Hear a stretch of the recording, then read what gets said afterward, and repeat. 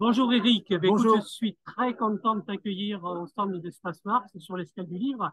Donc, comme j'ai vu que tu passais, ça m'a donné l'idée ou envie de t'écouter parler, d'autant que Michel Richard a parlé de toi ce matin. Ah Donc, oui. je me suis dit, allez, on va rebondir. Allez, parle-nous un peu des spectacles en cours, de ce que tu es en train de, comme projet, ce que tu as. Voilà. Et puis après, et tu as libre parole, y compris sur le contexte social et politique. Alors, sur le contexte social et politique, il y aurait évidemment beaucoup de choses à dire. Je ne suis pas sûr que je vais dire des choses particulièrement originales, à part me désoler devant le tour que prennent les choses et devant la capacité de non-écoute que peut avoir notre gouvernement sur la question des retraites, sur la question de l'environnement, sur des tas d'autres questions.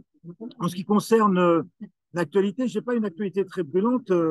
Nous avons joué avec mon ami Michel Richard et Daniel Strujon, l'arrivant et l'autre très récemment.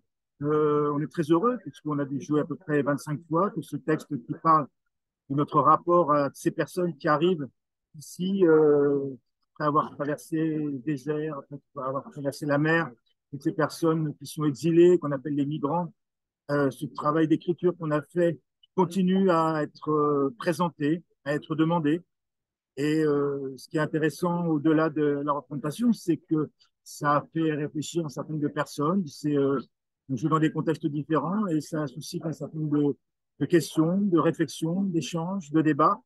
Et au fond, c'est ça qui est intéressant, c'est-à-dire de se parler, de se parler les uns et les autres, les unes et les autres. Donc ça, c'est quelque chose d'important.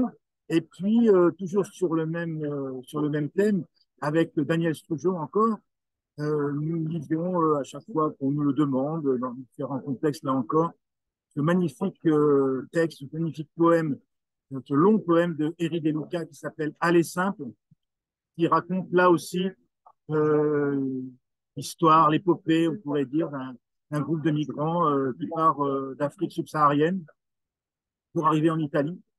Euh, Comme on le sait, la langue d'Éric Deluca est absolument magnifique et aussi ses engagements. On connaît ses engagements sociaux, on connaît ses engagements politiques, on connaît la conscience qu'il a du monde, d'être monde. Je pense que j'ai dû lire tous les livres d'Éric Deluca, peut-être, et en tout cas tous ceux qui sont disponibles, et c'est à chaque fois un éblouissement à la fois d'écriture d'engagement et de conscience. Et donc, c'est un grand plaisir aussi de porter ce texte. Nous sommes allés le jouer, invités par Nature Boissé, nous sommes allés le jouer en Italie au mois de décembre dernier, il y a 4 mois. Et alors, on a fait un travail spécifique avec une comédienne italienne qui disait aussi ce texte en italien, la langue d'origine. Et c'est quelque chose de particulièrement émouvant. D'autant plus que les personnes qu'on a rencontrées là-bas connaissaient bien sûr Éric Deluca, mais ne connaissaient pas ce texte en particulier, Alessin, qu'on peut trouver assez facilement en France, maintenant en édition de poche, dans l'édition bilingue, c'est toujours important. Donc voilà pour cette actualité. Je ne sais pas s'il y a d'autres choses à dire. Je suis toujours très engagé dans les questions liées à la migration, toujours très engagé dans des questions d'ordre social avec mes camarades de la coordination des intermittents et précaires de Gironde. Les manifestations qui sont là actuellement, qui réunissent toujours beaucoup de monde.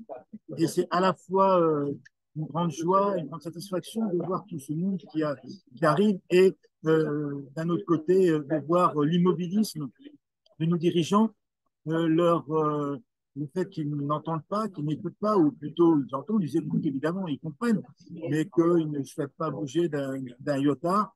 On se demande pourquoi, on se demande pourquoi ils sont là. Finalement, ce n'est pas pour essayer d'appliquer ce pourquoi ils ont été élus, c'est-à-dire la volonté du peuple.